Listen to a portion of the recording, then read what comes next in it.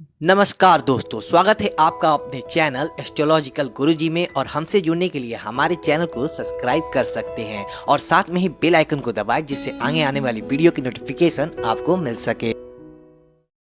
तो कुछ काल और कुछ समय ऐसा होता है जो हमारे जीवन के लिए बहुत ही जरूरी माना जाता है।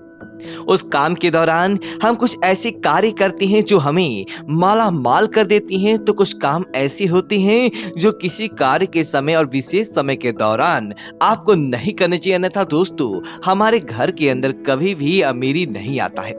दोस्तों, देवी देवता उसी घर के अंदर प्रवेश करते हैं जिस घर के अंदर उनका मान सम्मान होता है, शास्त्रों के अनुसार और धर्म के अनुसार कार्य होता है। उस घर में हमेशा धन अपने आप ही आता जाता है और धन के मामलों में उस घर के अंदर बरकत देखने को मिलता है। तो दोस्तों, आज हम आपको बताने वाले हैं कि सूर्यास्त हो जाने के बाद या सूर्यास्त के समय कुछ काम ऐसे होते हैं जो आपको नहीं करने चाहिए। दोस्तों, अगर आप सूर्यास्त के बाद या सूर्यास्त के समय कुछ ऐसे कार्यों को करते हैं तो दोस्तों आपके घर परिवार के अंदर हमेशा लक्ष्मी का अभाव रहता है। परिवार के अंदर कोई बीमार रहना, परिवार के अंदर बड़ा रोग रहना और ऐसी गतिविधियां आपके घर परिवार के अंदर होती रहती है।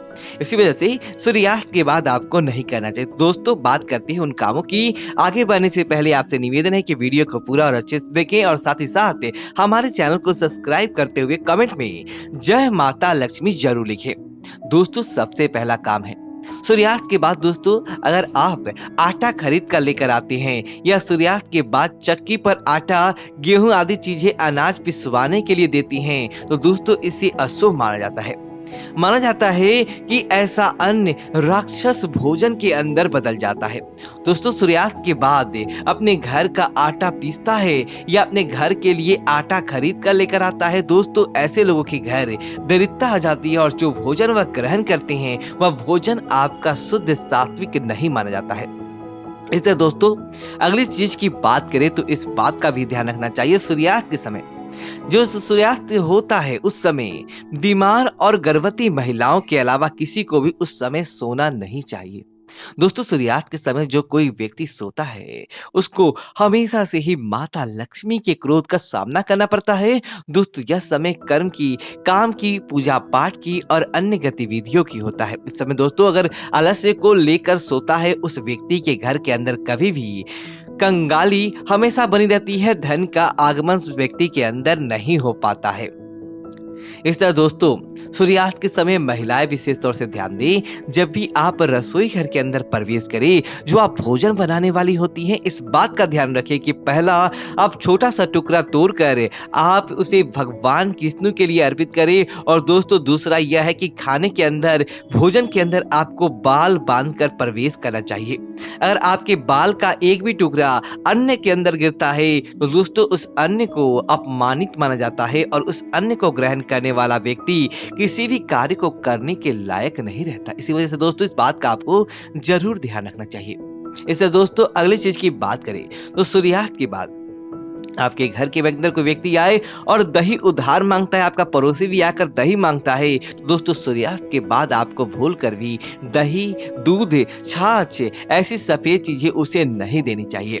दोस्तों, जिसका कारण माना गया है ये ऐसी चीजें दोस्तों अगर आप किसी को देते हैं या आपके सामर्थ्य और आपकी समृद्धि से बनी होती है, और ऐसी चीजें आपके घर के अंदर कंगाली को आमंत्रित कर देती है अगर इसे दूसरे को देते हैं, क्योंकि आपके घर की लक्ष्मी दूसरों के घर चली जाती है। इससे दोस्तों सूर्यास्त के बाद कच्चे अन्न का दान भूलकर भी आपको नहीं करना चाहिए, बल्कि आप भोजन दान कर सकते हैं। रोटी या पका हुआ किसी भी प्रकार का भोजन आप दान के स्वरूप दे सकते हैं, लेकिन आपको कच्चा अनाज आपको सूर्यास्त के बाद दान नहीं करना चाहिए।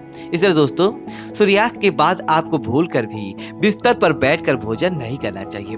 अपने आप ऐसी ही तैन्य कक्ष के अंदर अपने बेड पर आप बैठ जाते हैं और बेड पर ही बैठने के बाद भोजन करते हैं, तो दोस्तों ऐसा भोजन आपको कंगाली दिलवाता है, ना कि आपके घर के अंदर आपको अमीर करने का कार्य करता है। इस बात का आपको जरूर ध्यान रखना चाहिए। इस तरह दोस्तों सूर्यास्त के समय इस बात का भी ध्यान रखें कि सूर्यास्त के समय आपके घर से कोई भी व्यक्ति बाहर जाता है तो आपको झाड़ू नहीं लगाना चाहिए, क्योंकि अगर ऐसा करते हैं तो उस व्यक्ति का कार्य बिगड़ जाता है और उस व्यक्ति को उसके कार्य के अंदर सफलता प्राप्त नहीं होता है। और दूसरा दोस्तों ये होता है सूर्यास्त के बाद आपको भूल कर भी अपने घर के अंदर झाड़ू का इस्तेमाल नहीं करना चाहिए।